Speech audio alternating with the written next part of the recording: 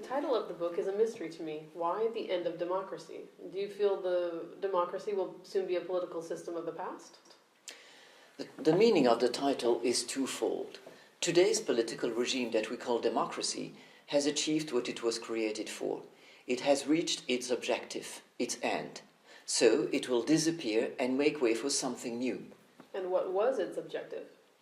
Democracy was invented and put in place with the purpose of bringing to power powerful minorities who would become the real sovereigns. Sovereignty first rested in the hands of the king.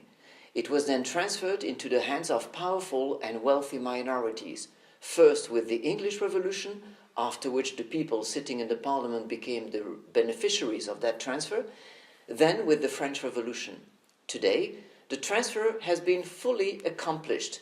Those who exert political power, those who are elected and speak on television, are themselves controlled by more powerful people who operate from behind the screen. Who are there? They are money powers, banks, oil companies, pharmaceutical companies, weapons producers, and ideological groups. They rule today's society. They decide the main policies, the main laws, the main nominations.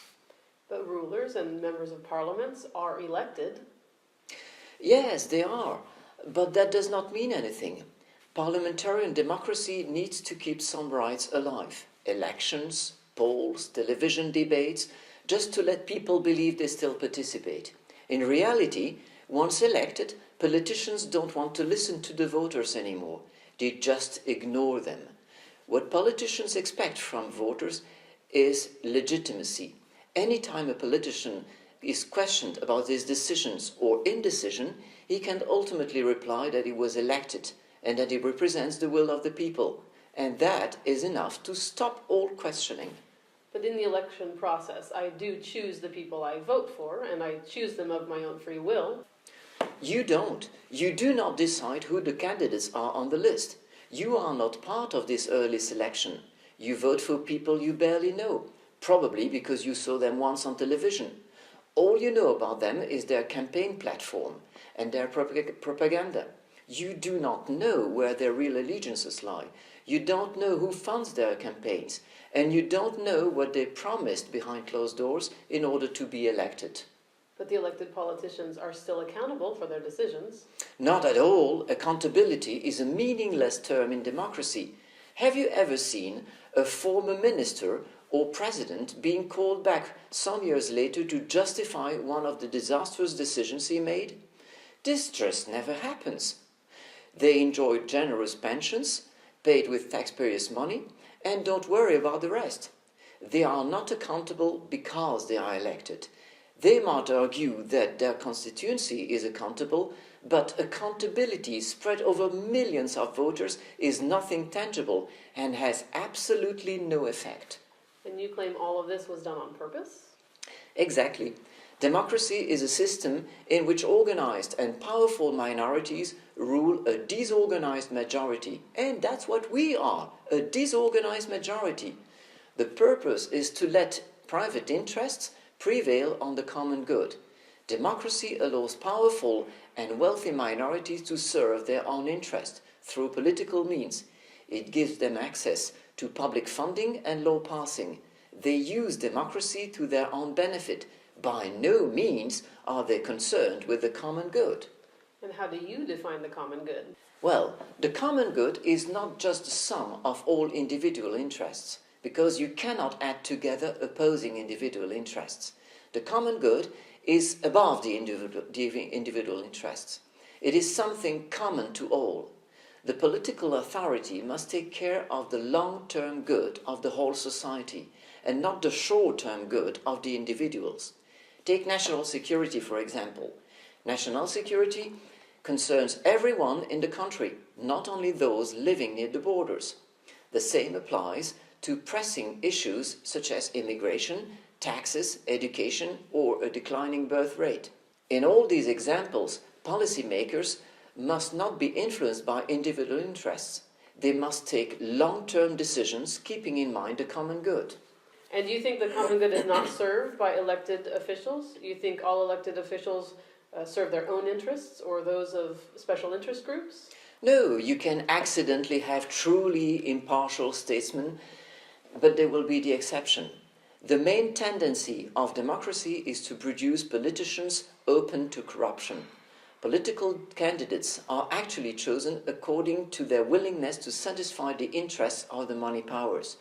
Then, once elected, they are corruptible because they want to take full advantage of the power they enjoy during their short tenure. It is a win-win situation for politicians and money powers. It's a general population that loses out. Those impartial statesmen can help reform democracy and help put the political system back on the right track? I don't think democracy can be reformed.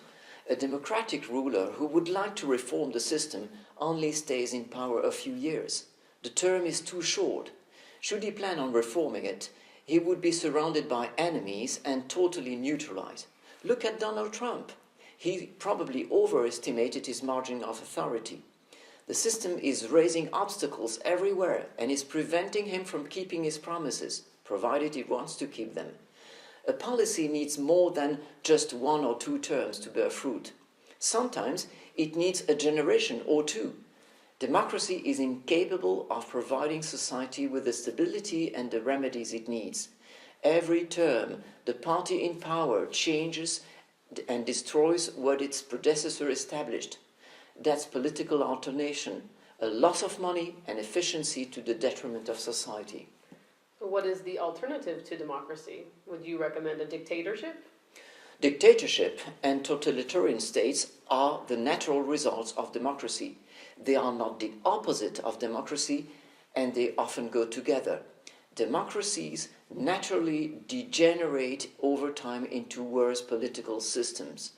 Based on false principles, they can only deviate to unfair political situations to the detriment of the people they claim to rule. Democracy naturally develops into an oligarchy, which means the power of a minority, but it may also fall into chaos and civil war. When the democratic mess becomes unmanageable, when the political passivity puts society on the brink of self-destruction, then stronger political systems may appear as the only solution. The idea suddenly becomes very popular to a desperate population. But is it a risk a people should take? In the ancient Roman Republic, it was possible to appoint dictators with the purpose of saving the Republic. The man was in charge for 6 months, no more. The Romans were clever enough to understand the advantages but also the risks of dictatorship. So the best way to avoid the need of dictatorship is to renounce democracy. So you seem to be saying that democracy is not natural. Can you explain that? Sure. Look at all possible human communities and the ways they rule themselves, whether it be families, companies, schools, administrations, armies, etc. They almost never resort to voting to determine leadership and rules. Leadership is based on competence, qualifications, property, seniority, etc. But it is rarely based on mere numbers. And this is precisely what happens in politics. This means that society, which is the most complex human community, is managed according to absurd rules that aren't applied anywhere else because they are irrelevant or dangerous. Isn't that telling? Well, I never thought about it in quite that way. Democracy, everyone, even the most illiterate and the most immature person, can vote and give political power to the lesser qualified and the lesser reliable person. This is irrational. The man on whom the fate of millions of people depends could be someone you wouldn't give the time of day. And in a democracy, this man can be stupid, dishonest, corrupt, unqualified, and immoral. But not necessarily. Fair enough. But does it reassure you, as a voter, to say that democracy can only as an exception give political power to a worthy person? To be elected in a democratic system, you'd better be immoral, because you offer more guarantees to those who want to manipulate you. Moral, qualified, idealistic rulers are not welcome in politics because they refuse bribes and they want to serve the common good. Moral people rarely access power. because they follow their conscience and are too difficult to manipulate. That's why you hardly find them in politics. In summary, is it fair to say that you don't consider democracy to be the culmination of political progression? Well, to start with, I don't believe in linear progression. There are a lot of accidents and regressions in human history, and I do consider democracy to be an accident or a regression compared to previous political systems. Democracy is the result of a dramatic breach in human history, beginning with the French Revolution. Unfortunately, it did not take into consideration of aspects of the human experience to prevent society from erring. It tried to reinvent human society, which is foolish and pretentious. That opened the gates to ideology-based systems like Nazism, fascism, communism, and now democracy, which go against human nature, self-destruct, and clearly benefit an elite minority. I think it is time for change. Do you have a specific change in mind? I do have some ideas. I'm currently working on a book which will present some possible changes to be made. It will essentially be a sequel of this book. Well, I look forward to reading about your possible solutions to the problems that you find with democracy, and I thank you for talking with me today. Thank you very much.